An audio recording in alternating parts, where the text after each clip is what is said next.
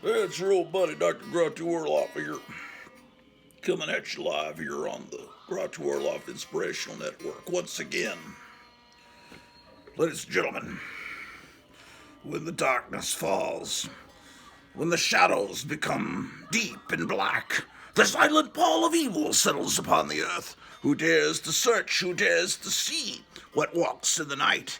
If you dare, welcome to the Tomb of Terror. I'm writing another hit song here, ladies and gentlemen. Haven't had a hit song since 1967, but I think I'm on to a new one. But you didn't come here to see that. You don't want to hear Dr. Grouchy Orloff talk about music or anything like that. Don't want to do that,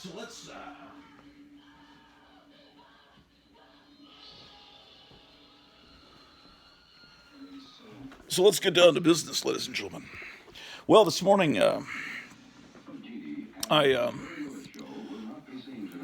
spent a few hours, and last night at a rummage sale right next door, and a museum had a rummage sale raising money, stuff that had been donated that they had duplicates of, or stuff that they were just getting rid of. Well, I was there, When a museum has a garage sale, I'm there. So I got a lot of cool historical things that are cool to me. And you may find them boring, but if you find it boring, why are you here? Let's take a look at some of the stuff I got.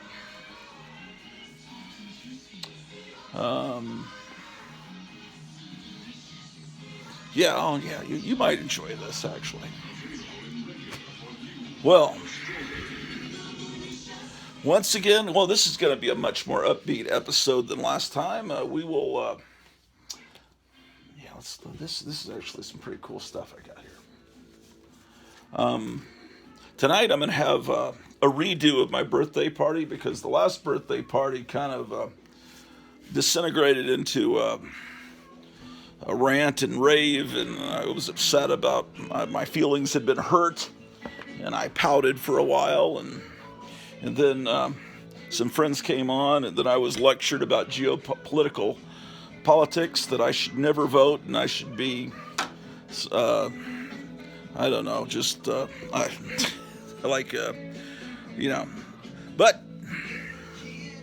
yeah, it was an interesting birthday party. So we're going to have a new one tonight. And there will be no lecturing about geopolitical politics or anything like that. Except maybe from me to you, I don't know. Well, I'm recording for Stanley J. Kirby. Just ordered the entire run of the Tomb of Terror extra video show that I put together on DVD. And so I'm starting with episode 6, and I'm going backwards. There's actually 7 episodes now. He ordered 6, but I haven't made any copies of the 7th one yet, and there may be another one tomorrow. Well, I may have to wait, because several people ordered these discs. I've got to make them and send them off, and so let's turn this a little bit down, this groovy ghoulies music. Yes, this is the soundtrack of episode 6 playing in the background here. All right, so how are you guys doing on this wonderful Saturday? I didn't get to see but a few seconds of Dr. Silver Age's show this morning, because I was over at that museum hearing stories of the history of the town I'm living in and stuff. It was a lot of fun. But I'm going to watch that on replay, and all right, how's that lighting? Okay, that's all right. Sound all right. First thing I got was a whole giant stack of postcards for $1, but I pulled out the ones he had a bunch of postcards he bought. He pulled out the ones he wanted, and he was selling the rest in a little bag. And then so I got the leftovers for $1, and then I pulled out the ones I liked, and the ones that aren't as good, I'm going to put them in a shoebox over here because I don't throw anything away, ladies and gentlemen. I keep everything because I am that kind of collector. But anyway, these are the ones I like. This one says, so what if that city slicker did give daughter a new 4-holer son? She can't use but one at a time, nohow. So this is I remember these classy postcards that used to be sold like at little rest stops, little restaurants along the highway. Remember Stuckey's or at truck stops. These little off-color postcards used to be. Okay, C3PO, you are too loud. Down, down, down, down.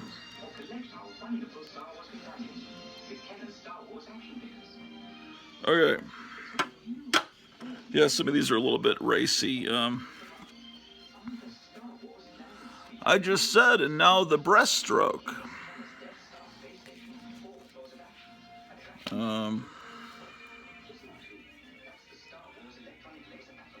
This says, I'll give your ring back when you give me back what I gave you. This is what made your grandparents laugh. Possibly your parents. Or possibly they didn't like them at all. Probably. All I said was, boy, what a lay.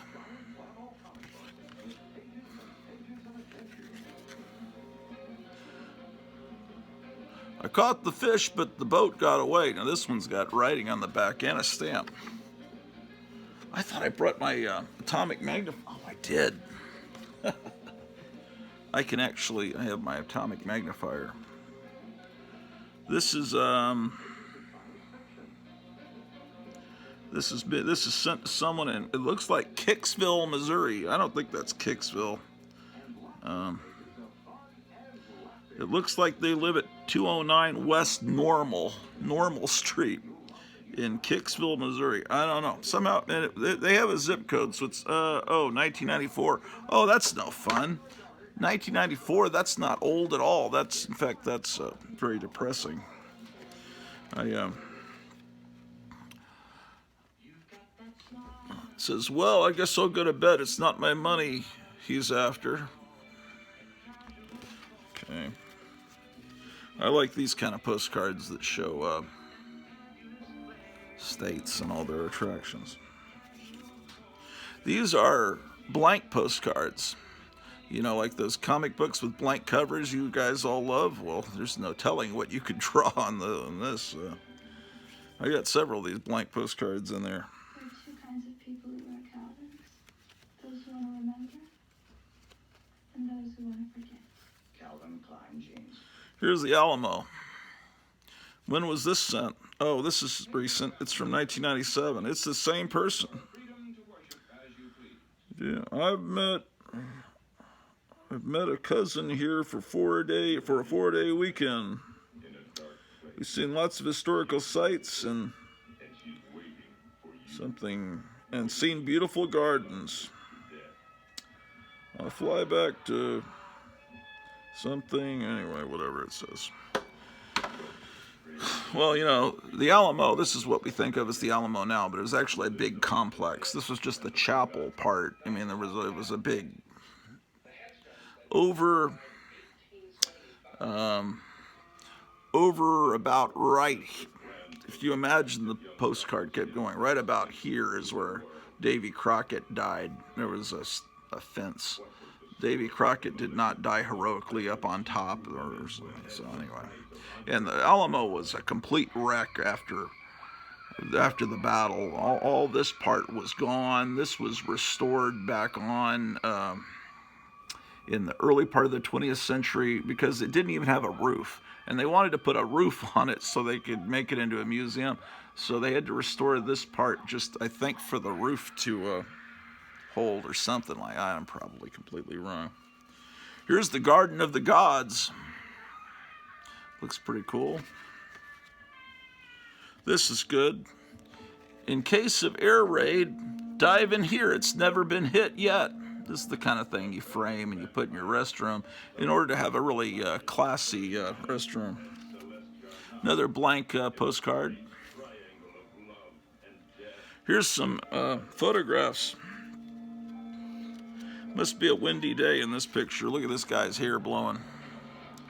Either that or it's like Lex Interior's granddad or father or something.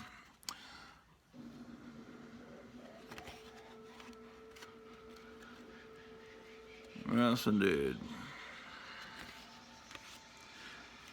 First glance, it looks like the Three Stooges, but it isn't. Still cool, though. Maybe I should get more in the light.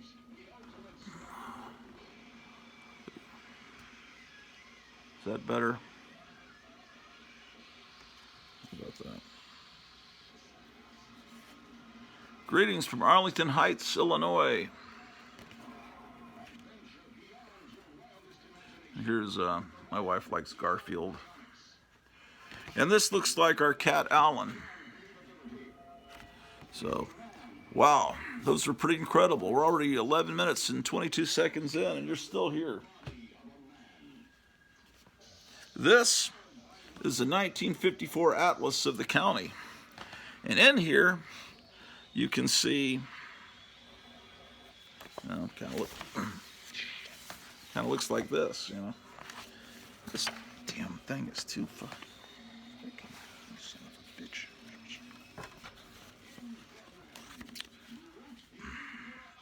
Let me move this. All right. So, yeah, I wanted to show you something, but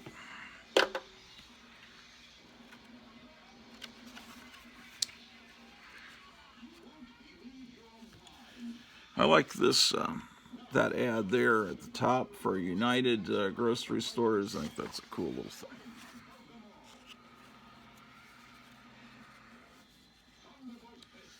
A bit of staple rust in this.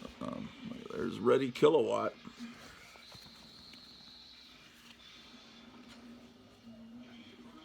Oh, here we go.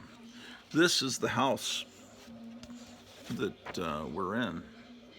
It was the Prue Dunphy Funeral Home at one time, from 1952 to 72. So I wanted to get a close-up. The ring light is pretty far away, so it's hard to... What is the shadow being cast by?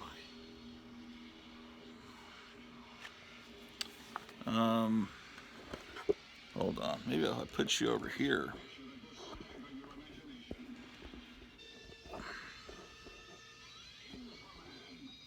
The shadow of the ladder won't be creating a problem.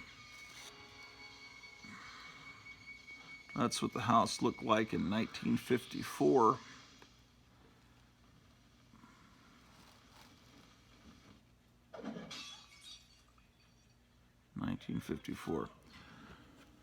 I mean, it was a regular house. Then in 52, it was turned into a funeral home until 72. Then it was a furniture store for probably until about 2002, and then people started living in it again. Although I think people might have been living in it when it was a funeral home. And a furniture store, yeah, too. They were living up on the next floor. But this floor was all furniture laid out. And during that time period.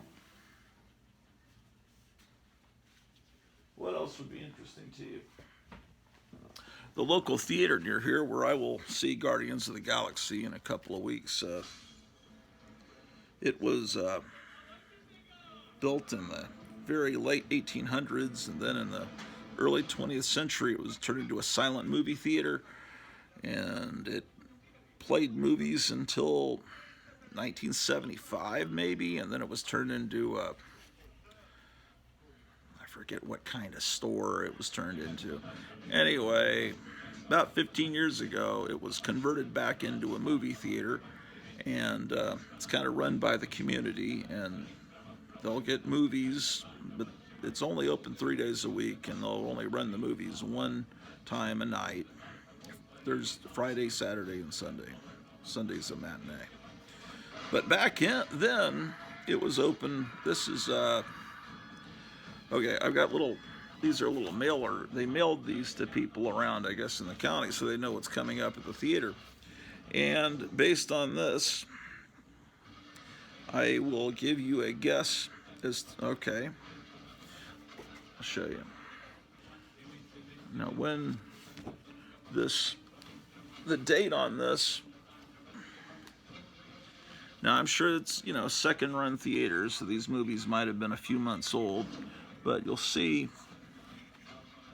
right here, This Island Earth, and This Island Earth, did that come out, 54, 55? I'm not exactly sure.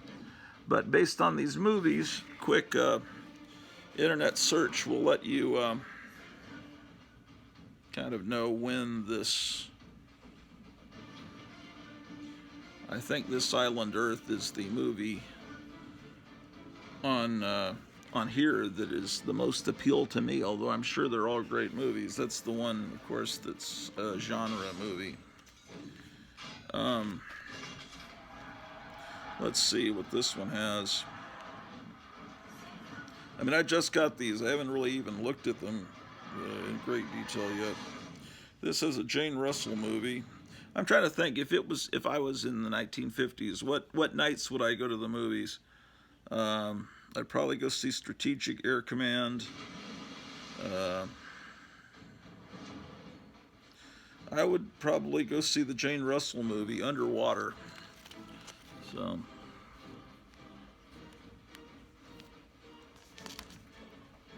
here's the Jane Russell movie, Underwater. I like Jane Russell. I have another one of these upstairs that has I Married a Monster from Outer Space poster over there. It has I Married a Monster from Outer Space at the theater. That's a couple blocks. Sorry, the dog is waking up and he just moved you're mounted on a pillow. I'll have to show you. You're like right here and the dog is sleeping and she's moving the pillow. And so therefore the camera may move based on the dog's sleeping pattern. Scheiße. Oh my gosh. Let's see what we got here. This one.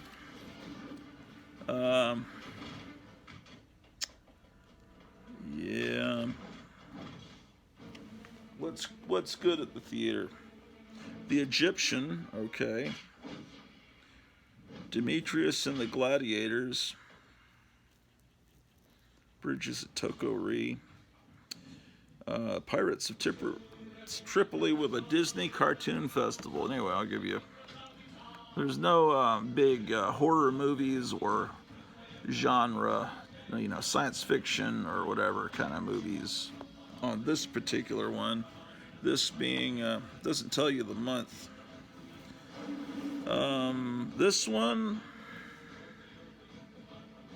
White Lightning. A lot of westerns, which would make sense. There you go.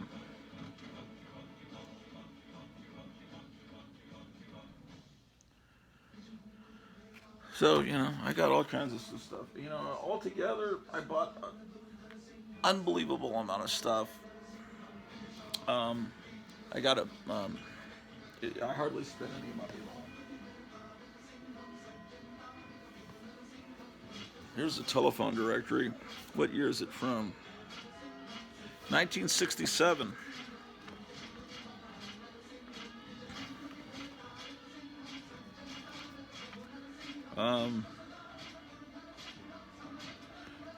Oh, look here. John Waters Insurance. Lots of great advertising.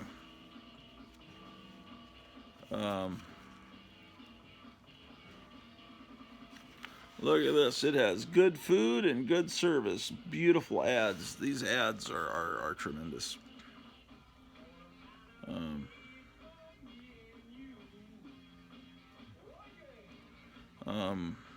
as I dig through these things more, I'll find amazing stuff that I'll have to show you guys. I'm sure I will. Oh, I should look up funeral home and see if there's an.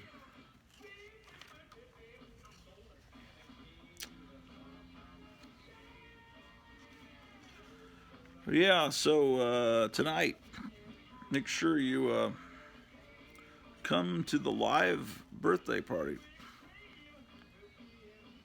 First of all, is this even from this area?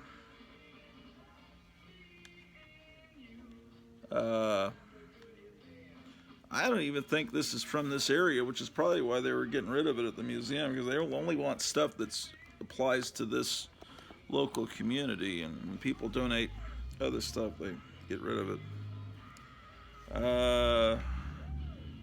I think I need assistance, ladies and gentlemen.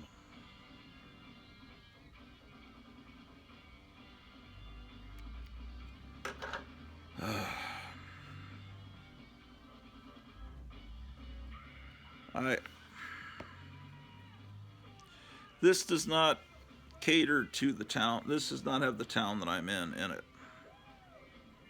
So anyway, I'm not going to find that, but I'll find lots of great, because I just love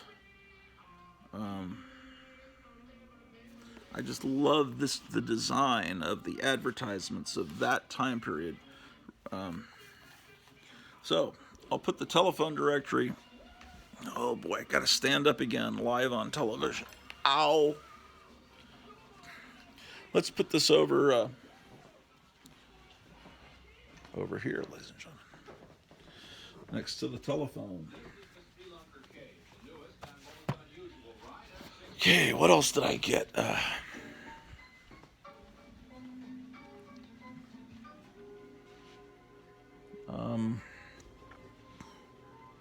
Well, this isn't something I got from the rummage sale, but these are things I just unearthed. The trademarks of the 40s and 50s. See, so I've got whole books of this kind of art that we just saw in the Yellow Pages. So I'm not the only person in the world that really thinks that that kind of art is amazing. See, there are people that, like me, that have whole books of this kind of stuff. So, where should I put these books? Everything is still, me trying to get this house in order. I think I could fit them up above. It would have been great if I'd gone to that rummage sale and they were selling some vintage bookcases. That would have really helped me out. Here, something I just found.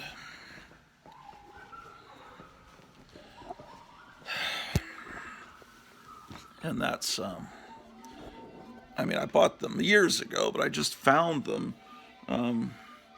Reprints of The Spider, Pulp. This was done by was this done by Adventure House? Probably. This was done in the 90s, I believe. It's what it does is it reprints the pulp exactly it's just exact copy of the pulp with the original text, the original typeface, the original illustrations. This I wish was done with every pulp. And in fact, they have a checklist of all the Spider, because it's pretty hard to read an original pulp because they're too delicate. Here's another issue of the Spider. They have numbers up here. This is 16. That one's 39. So this is being done for a while. I wish I had more of them. I just every so often someone starts doing something amazing culturally, like reprinting issues of the Spider, and then it's like really cool, but then you just you get used to it and just you don't appreciate it, and then you don't have all the money in the world to buy everything, and then you realize, wow, I wish they were still making those Spider reprints. Here's Mars Attacks: The Art of the Movie. I remember loving the movie when it came out. I was slightly disappointed in that they didn't make it as gory as the original bubblegum cards that it was based on. I thought it was pretty incredible, though. I wish that they had... I forgot about that character. That was pretty cool. I would have just adjusted and made it more gory and pushed it, more towards an R rating. Because that's the way the original cards were. So, how about that? Okay, so we've got these. Let's see if we can find out a good place to put them. I've got a bunch of comic books I've been meaning to show you since Wednesday on Four Color Fossils, and then I pussied out on Four Color Fossils and just clicked off because my feelings were hurt, and then you've still never seen the books. I mean, either I'll show them to you now or I'll show them to you tonight at some point. Gee whiz. They really should go with these other Pulp books, but I need to pull... I know what I'll do.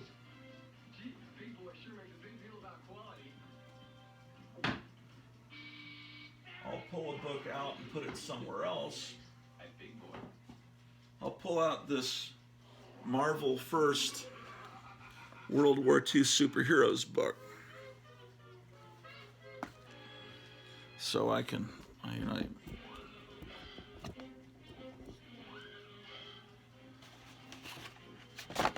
Alright, so I'm going to put these Spider books here with these Doc Savage books.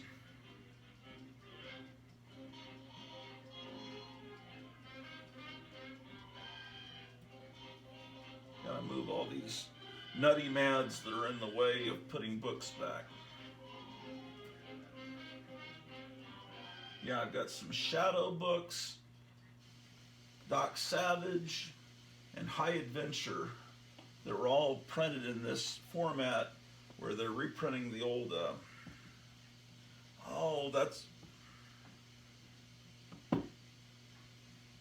That's why they're not here, is they're too tall to fit here in this secretary. So let's see about putting them over here in the library.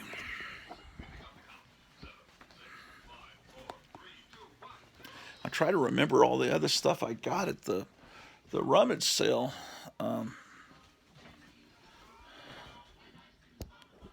I mean, it was just so much stuff. Okay, so I'll put this here with these Marvel books. And where can I put these Spider books? Oh, I'll just put them all here. I'll show you what I'm doing. I just put them here temporarily in this movable cart.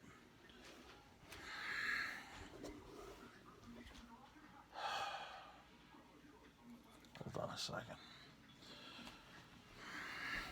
Trying to get all these blue-skinned women in one spot, because the more when you put a bunch of like things together, it tends to be a little more impressive. So let's see. We put this. This is supposed to be like the daughter of the creature from the Black Lagoon. It's that Monster High stuff that they were selling a few years ago. Maybe they're still popular. I think what they were doing is they were trying to make Barbie dolls for girls that are kind of like us. You know, if we had been born girls, and I know there's a few women that watch this show, but for the most part, this is a guy audience. If we'd been born girls, we would probably, as far as playing with dolls, we'd probably want monster type dolls, and so I guess I respect my gosh darn it. This one doesn't have a stand, so it's hard to make her stand up. These are first world problems, ladies and gentlemen. Some countries, they're worrying about starving to death. I'm worried about where to put this daughter of the creature from the Black Lagoon. All right. What other stuff did I get at the... I got a ton of stuff, man. I just can't even remember what it all is now. Let's see. It started snowing today. I mean, it didn't really stick to the ground, but it's... I got these yearbooks from the local schools from 1931, and I got those. What else? You probably don't care. You want to see comic books, right? All right, let's look at some comic books.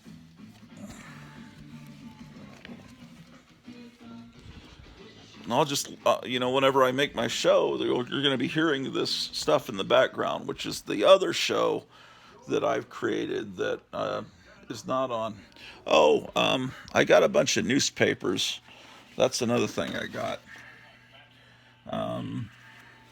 From local interest newspapers, Man Landing on the Moon, and Nixon resigning, and all kinds of stuff. Neat stuff.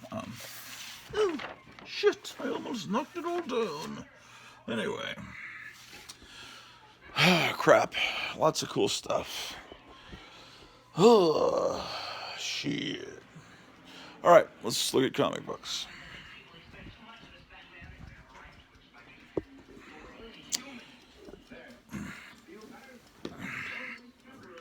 Oh, you can't see better over here. Try not to wake up the dog, ladies and gentlemen. I don't know how many people on YouTube use a pillow for their camera, but that happens here on this. Man, the light behind me is pretty bright, isn't it? Let's experiment with shutting those bright lights off behind me. It'll probably help the electric bill, too.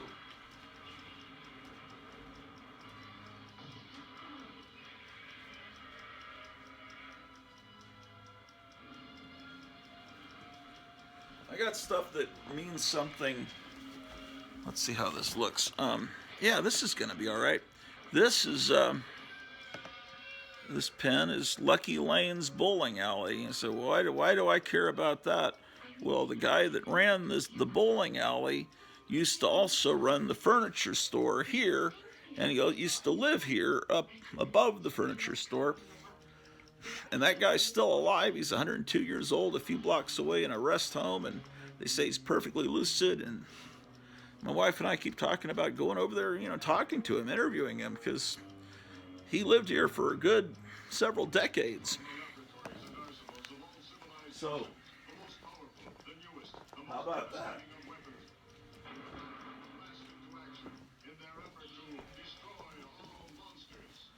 Okay, what do we got here?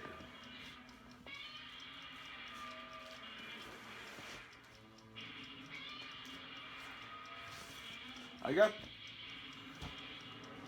this Horror from the Tomb book that is reprint of a 50s pre-code horror comic. Is this light satisfactory for you guys?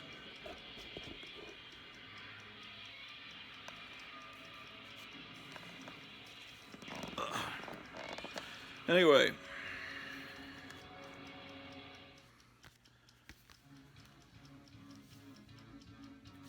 It reprints the comic exactly,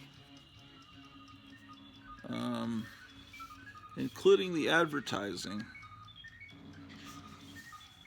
So it's a really cool thing. P.S. I think what this is a sample, because it says limited edition. order today, which makes me think that this was sent to comic book store owners to get them to order these PS art book reprints. They reprint just about every pre-code horror comic except for EC, which has of course been reprinted elsewhere. I think I showed this the other day when Paula was on lecturing me about how I shouldn't vote and how I should become an atheist, but I'm not going to become an atheist. And I'm going to vote, and I'm going to let people know. Okay. Look, I was showing him, look at the stuff going on here. And then on this page, there's an ad where you can get this basically holy water from this is the Miracle at Lourdes. That's when weren't there two little girls in France, and the Virgin Mary appeared to them and gave them, told them what was going to happen over the next 100 years or so, and part of it was so horrifying that the church has never released what was told to these little girls and what they told the church. Probably talking about today, you know, but that was, but anyway.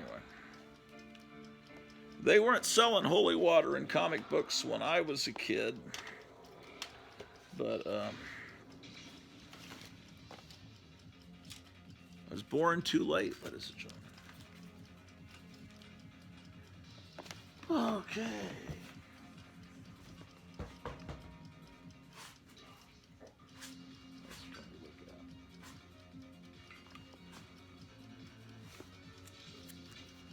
Here's a copy of Shanna the She-Devil.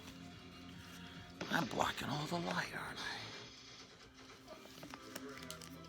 Oh, that looks pretty cool, doesn't it? The lighting looks pretty cool, I have to say.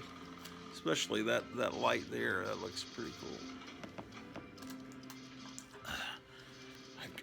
Maybe I'm going to get the light just right, or this channel starts looking like a Hammer movie or something. Shanna the She-Devil, issue number 3. I thought I had every single issue of the short run of this wonderful comic, but it turned out I don't think I have this issue, so now I do. Shanna the She-Devil was the girlfriend of Khazar, which some people call Kate. Some people think it's Khazar, some people think it's Khazar, but it's basically Sheena, Queen of the Jungle, and Marvel's basically doing a Sheena comic, but not having to pay royalties. So, therefore, she is Shanna now. Or is it Shana? I always called her Shanna. Khazar was a pulp hero from the same company that later became Marvel. And so he goes back to the late 30s. I don't know if when Shanna came along, if she was in the pulp stories, because who knows, maybe Shanna predates Sheena. Don't think so, though. I think the Khazar that was in the pulps was more just a straight Tarzan ripoff or tribute. Introducing Shanna here, it's kind of like combining Tarzan and Khazar is basically a blonde Tarzan, and then he has a saber-toothed tiger, because you know that's different. That's how one distinction. It's just wonderful. Anything with 20 cents in Marvel, it just really it brings the nostalgia, because that's when it happened, man. When I was in 2nd grade, and I started falling in love with these Marvel comics, and they look like this. And I was mainly into the monster comics during this time period. But then once we moved to San Antonio, that was when we were living in Virginia. Then the dog's moving the camera. We're not having an earthquake here, ladies and gentlemen. So anyway, whatever, dude. This is a key issue. Because I say it's a key issue. Because it has the key to my heart.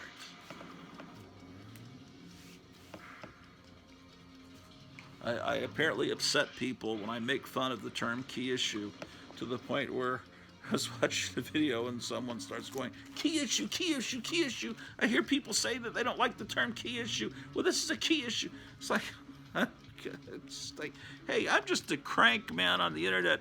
Ignore me. If you want to call it a key issue, see, the thing is, I keep using this analogy. I'm the Rip Van Winkle of comic book collecting. I still want it to be 1975, 1976. I want to be a comic book collector then. And the term key issue didn't exist then. They didn't even have these bags yet. Well, yes, they did, but they were, this one guy made them. But I just want to be one of those guys when it was still really easy, when you could still get the first Spider-Man comic for less than $80. That's the world I want to be in. And so any new term, I don't like it. Why don't I like the term key issue? Because it reminds me I'm in 2023. I don't want to use any new words. So I'm not going to say KFC, I'm going to say Kentucky Fried Chicken, because that's what they said in the 60s, that's what they said in the 70s. And so in my reality, it's always going to be Kentucky Fried Chicken. And you can make fun of me or get offended and clutch your pearls. I can't believe that horrible grotto won't say KFC. Who the hell cares? Just, here's Tiger Girl. We're really moving far away from Shanna the She-Devil. Riding a tiger. That dog is really creating earthquakes for you. There's Chuckle Time at the back. This is from the amazing Gold Key Company. This is stuff I love. This is when comics were 15 cents. This is, I'm guessing, 1969. Why am I guessing 1969? By this Cheerios ad. And because I know comics were, with the Cheerio Kid, comics were 15 cents in what did I say, 69? Maybe it's 70. Let's take a look. 1968. I'm off by a year. I should have guessed 68. Oh, it's issue 1, so it's a key issue. It's key. Oh, it's just great art, man. So I'm going to send this off to CGC and have it slabbed because it's just delightful. All right, that's one down.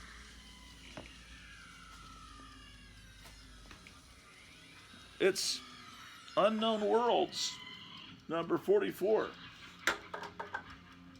Okay, I was doing this last summer and then I forgot about it.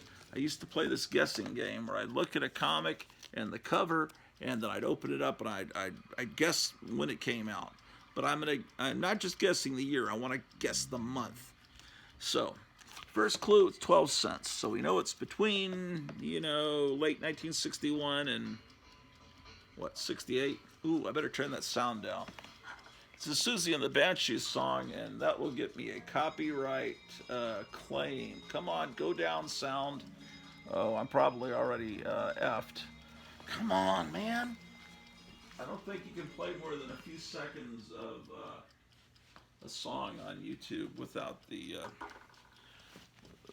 Nazi, communist, satanic fiends that run YouTube coming after you. Anyway. Okay. Looking at this, I am guessing the dog is stirring. Maybe I'm talking too loud. Uh-oh, she's merely moving the pillow now. I'm guessing that this comic is from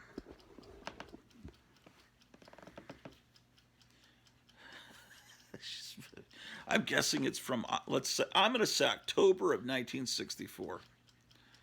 And I'm not cheating. There's nothing written on the back of the card, which is what most YouTubers do. It's really smart to write on the back of the card, information like how much it cost when you bought it. Some people write where they bought it. maybe the value, the month, the date, and artists that are in it, writers. The reason, and a lot of that's just for your benefit, also to show off on YouTube, and it looks like you know what you're talking about. But it's really also for your spouse, because most women aren't into comic collecting. There's a few, but if you pass on, then they know, okay, that's right. This isn't that valuable. It should be. In a perfect world, people would be paying hundreds of dollars for this, but thankfully on that end, thankfully we aren't, or else we wouldn't be able to afford these great comics. What did I say? October 64? And we've got October, November. What? No. What the hell? No, that's not it. Where did...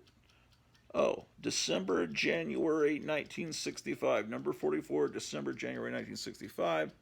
And then you count back 2 months from December. That would be October of 65 that this came out. And I said October of 64, so I was off by 1 year. So, oh well. It's a 1 year delta. That's an inside joke. Here's a wonderful ad here for... she's going to knock the camera over. This is a good one, man. People like to make fun of the camera work here on the Grattoir Life Inspirational Network. People, they just don't get it, man. It's part of the charm. People want to see bad camera work here, man. That's what they want to see. That's why they tune in. They want to see me get horribly injured in every episode because I'm a klutz, a clumsy idiot. Yeah, I injured my nut. You can't even see it. It was bleeding earlier. Okay. Oh, another key issue, man. It's Uncanny Tales #1, man. Okay, we can turn the sound back up now. Or can we? Yes, we can. Again, if you like what's going on in the background, the sound you're hearing, this is Tomb of Terror Tomb of Terror #6, episode #6. If you want to order it, these Tomb of Terrors are $20, and that includes postage to get a copy sent to you. Right now, I've made copies of everything that people have ordered. I'm just trying to get the little shells, plastic shells together, and each one of them is going to have an individual piece of art that I cut custom for that, and I just got to do that. That's what's delaying me.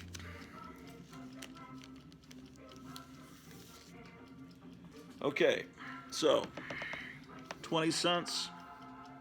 So, it's between like 1972 and it's what, 74? And Uncanny Tales based on... I'm thinking this is from maybe early 1973. I'm going to guess February 73. Oh, yeah. It's past... The 20-cent books had a window box. I'll show you what I mean. Some people call it a picture frame. See how it's the art ends here? That's in the early days of the 20-cent comic. Towards the end of the 20-cent comic, they let the art come all the way up behind the logo. Some people call it a trade dress. Everyone's calling this a trade dress now.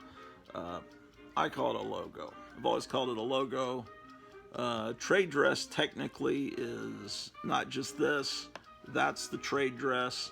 That's the trade dress. That's the trade dress. Trade dress is the look of a product that it's like the trade dress of a Coca-Cola. It's red. It has the little stripe. It's written in cursive. Okay, what did I say? I have already forgotten. January of 73? December of 73. I should have gone... Okay, it's not the beginning of 73. It's the end of 73. I should have the fact that it's not a picture frame should have made me push it, because the picture frames were still around in January of '73. Because during my second grade year, which started in 1972, and then I graduated from second grade in May of '73, they were all picture frames during that time period. So I made a bad judgment. Marvel did these horror comics, but the artwork inside is from the 50s, early 50s, pre-code horror. Of course, they didn't use stories that were extreme ones from the pre-code period. And they're all reprint stories, but they're wonderful. And in the early 70s, these stories were 20 years old, and this is the only way we kids could read them. And they're wonderful, and they're fun, and some of them have, they're just tremendous art, like they'll have Bill Everett art and all kinds of stuff. But anyway, a lot of horror comics in the early 70s, because the comics code relaxed and allowed vampires and werewolves and zombies and the living dead for the first time since the mid-50s. And because of that, you give the comic industry, it's like permission. It's like, oh, all of a sudden they're going to rush it out. So all of a sudden Marvel put out tons of these reprint comics, and then they started new comics about monsters. They had a Frankenstein comic, a Dracula one about a zombie, one about a mummy, and that's kind of how it worked. But DC put out new horror comics, anthology comics like this, but with new stories under the editorship of Joe Orlando, who worked for EC, and he tried to make them look really like EC Comics. So DC and Marvel started really pushing horror, and that was all up my alley, because I was really into monsters at that age 7, and then I got into the superheroes from there. Okay, fantastic.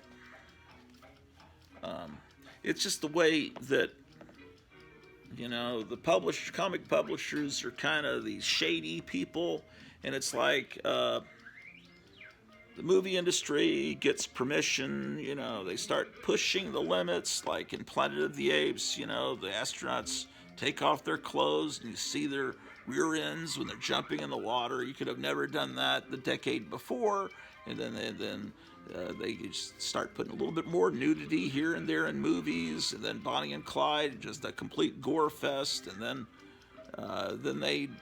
we better bring in a rating system, and then they brought in the rating system, and then things in the Wild Bunch, extreme gore at the end, and then once that happened, by 1975, you got Taxi Driver, and people getting shot, and their fingers are flying off, and it just so the movie studios, they'll do as much as they can get away with. I mean, in the 60s, they had these movies set in nudist camps, and people are dancing around playing volleyball, and then Deep Throat gets out into movie theaters, and it goes to the Supreme Court, and they make a ruling that about obscenity, and that this movie is legal. And then all of a sudden there's an explosion of John Holmes and Seika and Ron Jeremy movies. Just, it explodes and takes over the inner cities, and so there's all those movies right next to the kung fu movies and all that. It's basically, they're going to do whatever they can get away with to make money. And not to be cynical or anything, here's Archie's Madhouse Annual. This was a comic where Archie put monster stories. It kind of started as Madhouse was kind of their humor comic, and it was meant to be kind of like Mad, but with a lot of monster stuff.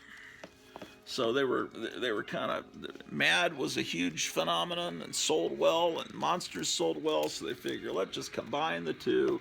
And this particular issue reprints, I believe, the first appearance of Sabrina the Teenage Witch.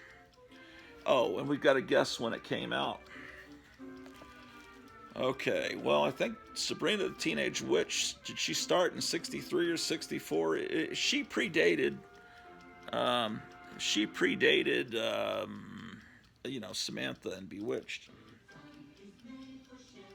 It says, if your Telstar doesn't stop sending those awful TV commercials to our planet, it could mean war. That actually is probably what the first aliens, that show up on Earth are. They're going to complain about all the stuff we've been sending to them, all the TV and radio signals. Let's see. Here's a mermaid story.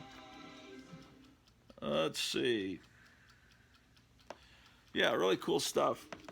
This one's got a little bit of a musty old comic smell. Yeah, a little bit of a. Oh, yeah. Here is the Sabrina story.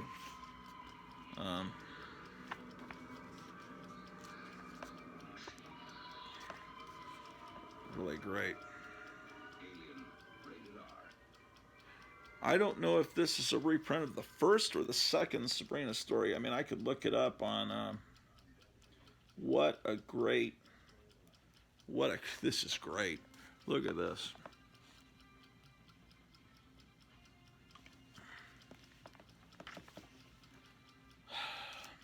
And I like that Sabrina, you notice she's innocent, but she's got a little bit of an evil look to her, too. And then they've got her rival is this really more evil witch. Great stuff. I better turn this down. This song is when the music appears, I tend to turn this sound down in the background. Yeah. This has a smell like kind of like I'm next to a swimming pool in the middle of summer. Is that maybe an ammonia smell? I don't know. It's probably something that's going to kill me. But anyway, I didn't guess when it came. I'd say, I'm guessing this is 65, November 65. Let's see if I'm right.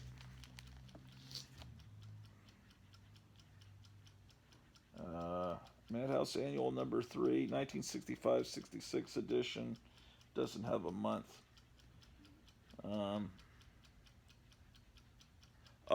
Here is the first. Actually, here's the reprint